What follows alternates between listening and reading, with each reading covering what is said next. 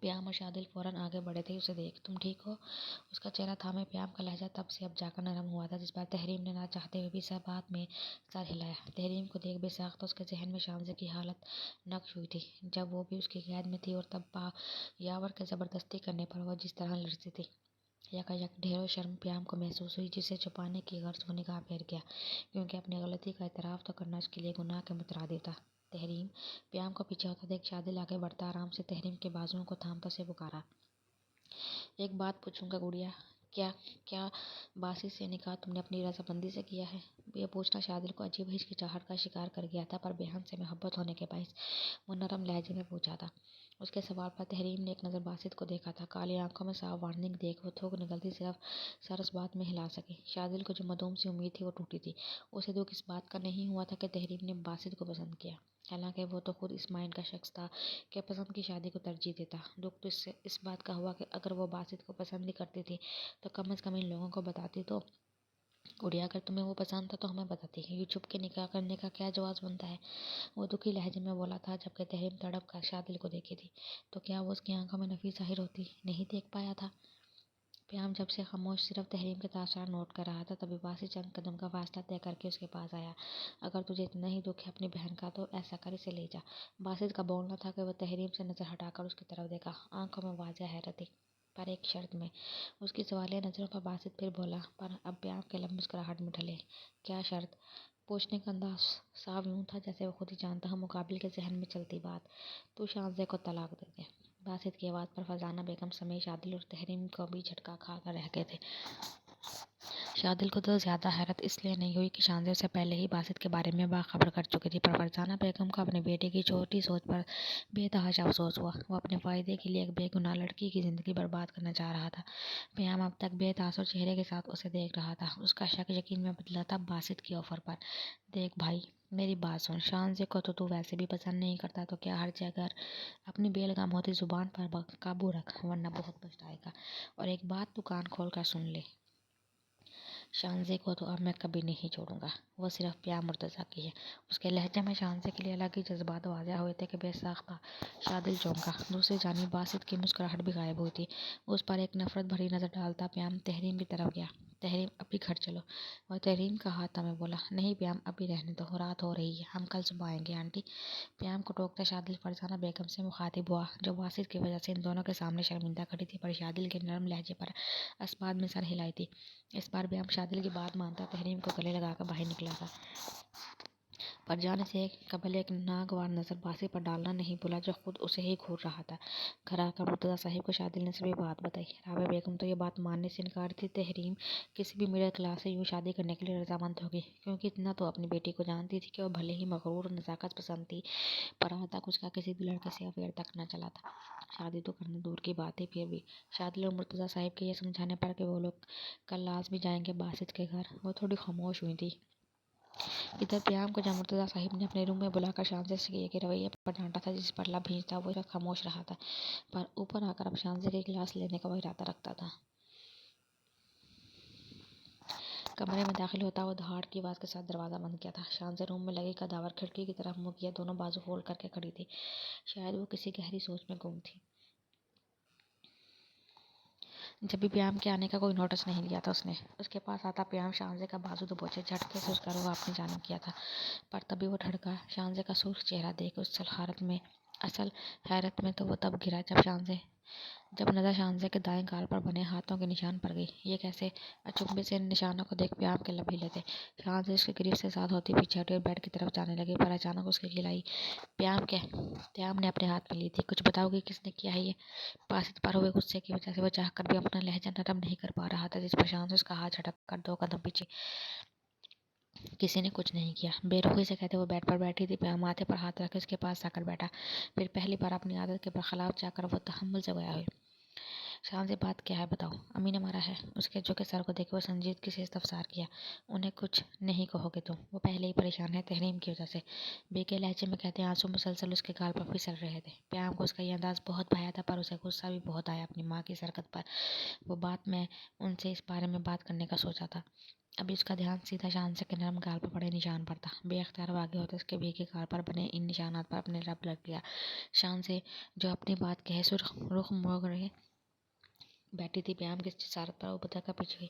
غصے میں وہ گھوری تھی پیام کو، پر ساتھ اس کا دل دھڑک کر رہ گیا، جس سے گھبرائے وہ نگاہ پھرتی جلدی سے لڑ گئی، پھر سے سر تک کمفرٹر اوڑھ لی۔ بغیر کوئی چھچوری حرکت کے نیند ہی نہیں آتی اسے۔ کمفرٹر سے کے اندر سے آتی اس کی بات پر پیام آئی بروز کاتا اٹھا تھا، پھر دوسری سائڈ پر آیا۔ بے خودی میں کی گئی اپنی اس حرکت پر پیام مرتضیٰ کے لب نہ چاہتے ہوئے بھی مسکرائے تھے، پر اس بار وہ طنزیہ مسکراہٹ نہیں بلکہ زندگی سے بھرپور مسکراہٹ تھی۔ رات بھر وہ سڑکوں پر بائک چلاتے رہا تھا، دل بری طرح جلنے لگا تھا اس کا۔ جس مقصد سے اس نے تحریم سے زبردستی نکاح کیا تھا وہ تب یقیناً پورا نہیں ہونے والا تھا۔ وہ چاہ رہا تھا کہ بہن کی محبت میں پیام ضرور شانزے کو طلاق دے دے گا، پر رات اس کے لہجے میں جھلکتا یقین محسوس کیے باسط کو اپنے کیا پر پچھتاوا ہو۔ کاش کہ وہ تحریم سے نکاح نہ کرتا، کیونکہ وہ بگڑی ہوئی لڑکی سے ذرا پسند نہیں تھی۔ صبح وہ گھر لوٹا تو تحریم کو سینے پر بازو باندھے بیڈ پر خاموش بیٹھا دیکھ اگنور کرتا اپنے کپڑے وارڈروب سے لیا اور واش روم میں داخل ہوا۔ کچھ دیر بعد وہ نہا کر نکلا تھا۔ تحریم نے ایک نظر اس کی طرف ڈالی۔ وہ بنا شرٹ کے ڈریسنگ میرر کے سامنے کھڑا تھا۔ اس کی کشادہ پشت اور کسرتے جسم دیکھ ایک پل کو تحریم کی پلکیں لرزی تھیں، پھر خود کو بے نیاز بناتی وہ روم سے جلدی سے نکلی تھی۔ اس کی یہ حرکت باسط نے بخوبی نوٹ کی، پر ناگواری سے اسے اگنور کرے وہ تیار ہونے لگا تھا۔